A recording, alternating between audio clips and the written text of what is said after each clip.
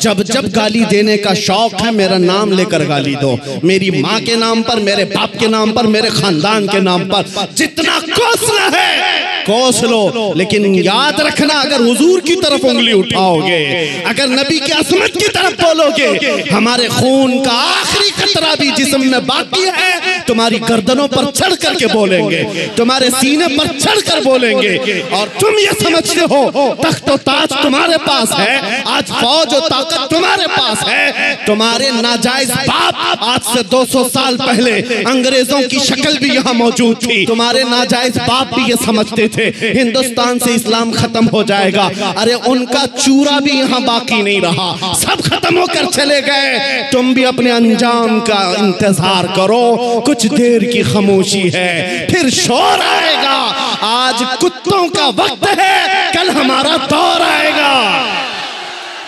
قرآن سے پوچھنا چاہیے کہ آخر مسلمانوں کا قتل کیوں ہوتا ہے، مسلمانوں کا قتل عام کیوں ہوتا ہے، کب ایسا ہوتا ہے کہ مسلمانوں کی گردنوں پہ تلواریں آتی ہیں، کب ایسا ہوتا ہے کہ مسلمانوں کے خون سے ہولی کھیلی جاتی ہے، کب ایسا ہوتا ہے کہ مسلمانوں کے سینے چیرے جاتے ہیں، کب ایسا ہوتا ہے کہ مسلمانوں کی لاشوں سے لوگ جو ہے گویا کہ اپنے دل بہلانے کی کوشش کرتے ہیں۔ تو میرے پیارے آقا صلی اللہ علیہ وسلم کے پیارے دیوانوں، جب ہم تاریخ کا مطالعہ کرتے ہیں تو پتہ چلتا ہے کہ مسلمانوں کا قتل کیوں ہوتا ہے۔ آپ ترتیب کے ساتھ آئیے ہم تاریخ آپ کے سامنے پیش کرتے ہیں، لیکن اس امید پر کہ اگر واقعی آپ کے دلوں میں ان مسلمانوں سے محبت ہے جن کی لاشیں اس وقت سسک رہی ہیں، جن کی لاشیں اس وقت خاک و خون میں تڑپ رہی ہیں،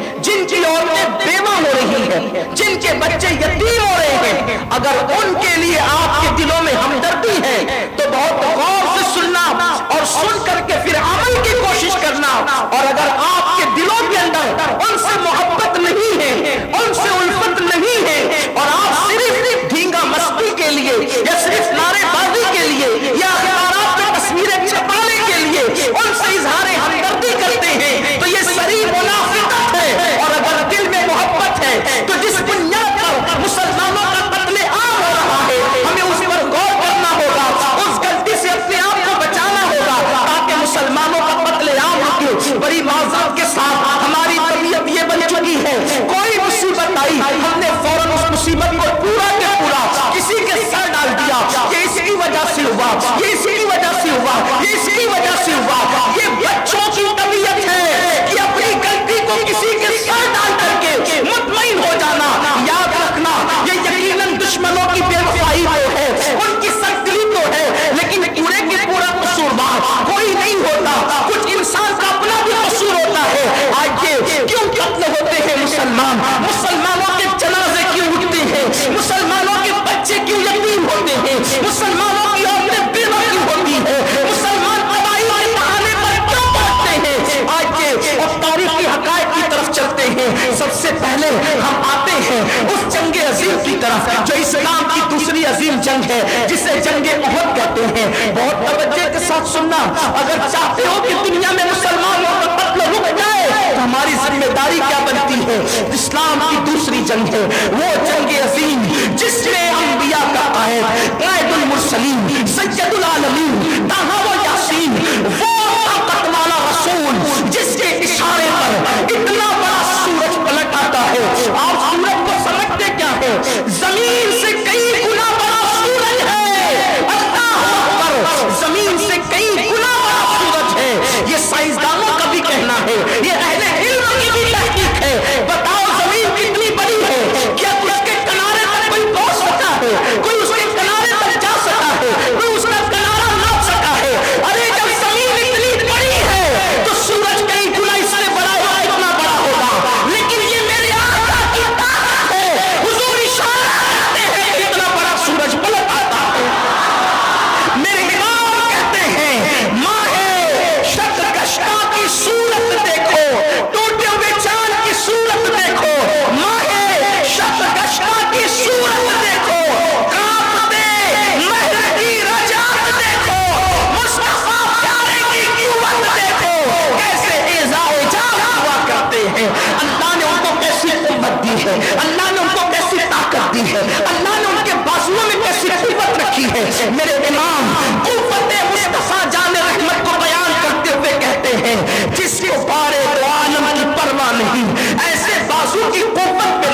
सलाम।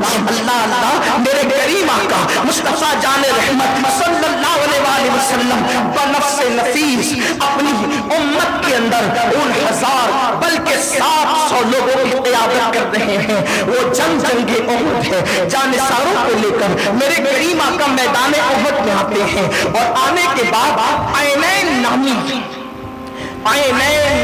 एक छोटी सी पहाड़ी है, उस पर 50 सहाबा को कहते हैं ऐ मेरे सहाबा तुम इस पर खड़े हो जाओ।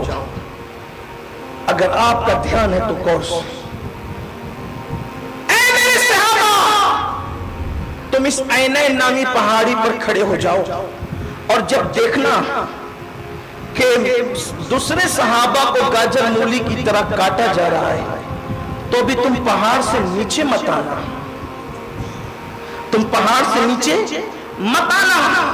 और अगर देखना कि हम जंग जीत चुके हैं, इस्लाम को फतह मिल गई है, काफिर शिकस्त खा चुका है, उस वक्त भी तुम नीचे मत आना। उस वक्त तक जब तक मैं खुद तुमको नीचे ना बुलाऊं। अल्लाह के रसूल का एक हुक्म है 50 सहाबा को। एक एक जुमले पे ध्यान देना, बात समझ में आएगी और अमल करोगे तो मसाइल हल होते जाएंगे। मसाइल का हल सिर्फ नारेबाजियों में नहीं, मसाइल का हल सिर्फ जज्बात में नहीं है, मसाइल का हल सिर्फ अखबारात में तस्वीर छपाने पर नहीं, मसाइल का हल सिर्फ कॉन्फ्रेंस और जलसों में नहीं है, मसाइल का हल असल मर्ज की पहचान के बाद उसका इलाज करवाने। मर्ज पर नजर ही नहीं है, मर्ज पर निगाह ही नहीं है, हर आदमी अपनी तबीयत के मुताबिक चल रहा। अल्लाह के हबीब गए नबी सल्लल्लाहु अलैहि वसल्लम ने 50 सहाबा से कहा इस टीले पर खड़े हो जाओ, जब तक मैं न कहूं उस वक्त तक तुम नीचे मत उतरना। 50 सहाबा खड़े हो गए, उनकी क़यादत अल्लाह के रसूल सल्लल्लाहु अलैहि वसल्लम ने हज़रत सैयदना अब्दुल्लाह इब्न जुबैर रज़ी अल्लाह तआला के हवाले की। सहाबी रसूल अब्दुल्लाह इब्न जुबैर रज़ी अल्लाह तआला 50 सहाबा को लेकर ऐनैन टीले पर खड़े हो गए। उहद की जंग शुरू हो गई, जंगे उहद का आगाज हो गया।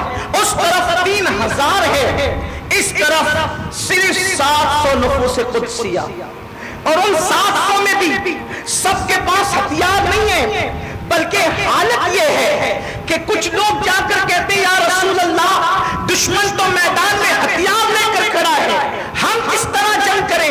तो अल्लाह के हबीब मेरे और आपके आका मौला रूह फिदा सल्लल्लाहु अलैहि वसल्लम खजूर की टहनी तोड़ करके सहाबी को देते, ये तुम्हारी तलवार है। वो सहाबी कहते खुदा की इज्जत की कसम, हमने उस टहनी को उठा करके लड़ाई शुरू की, जो काम लोगों की तलवारें न कर सकी वो मुस्तफा की दी हुई टहनी ने किया। रूह फिदा सल्लल्लाहु अलैहि वसल्लम 700 नफूस, 700 अफराद, और उधर 3000 का लश्करे जर्राह। सहाबा इतनी बेजिगरी के साथ लड़े, 700 नफूस इतनी बेजिगरी के साथ लड़े कि सामने के जो 3000 लोग थे उनके कदम उखड़ गए और वो मैदान छोड़ करके भागे, पीछे हटे। वो उनमें कोई मामूली लोग नहीं थे, अरब के वो सूरमा और बहादुर लोग जिनको खालिद बिन वलीद कहा जाता है, काफिरों के साथ आए थे। इकरमा इब्न अबू जहल काफिरों के साथ आए थे, अबू सुफियान काफिरों के साथ आए। इस तरह से और भी लोग, ये कोई कम छोटे मोटे बहादुर लोग नहीं थे। आप सोचें जिन फाकाकश लोगों ने ऐसे बहादुरों को पीछे हटने पे मजबूर किया होगा, उन लोगों की कुव्वत का आलम क्या होगा, उनकी इस्तिकामत का आलम क्या होगा। इसलिए कि असल कुव्वत जो है इंसान के ईमान की कुव्वत है, असल कुव्वत जो है वो इश्क रसूल की कुव्वत है, असल की कुव्वत जो है वो अल्लाहु अकबर कलमे ला इलाहा इल्लल्लाह की कुव्वत है। कोई कलमे पे डट कर तो दिखाए,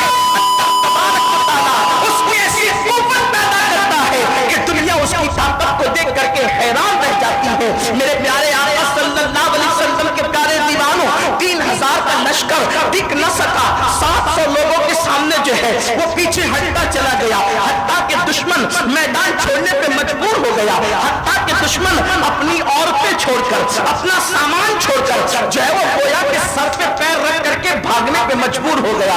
मैदान खाली हो गया है। जब मैदान खाली हुआ और दुश्मन मैदान छोड़ करके भाग गया तो वो सहाबा जिन लोगों को अल्लाह के हबीब क़ैब नबी सल्लल्लाहु अलैहि वसल्लम ने ऐनैन पहाड़ी पर खड़ा किया था, उन लोगों के अंदर आपस में इख्तिलाफ हुआ।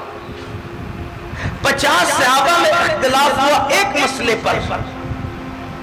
कुछ कहते थे जंग खत्म हो गई, चलो नीचे उतरो।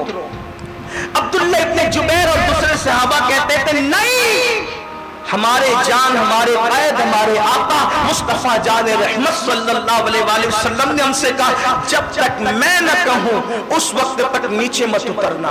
बल्कि हुजूर ने इतनी वाज़ेह बात कह दी कि अगर तुम देखो कि हम कट रहे हैं, हमें शहीद किया जा रहा है, तो भी तुम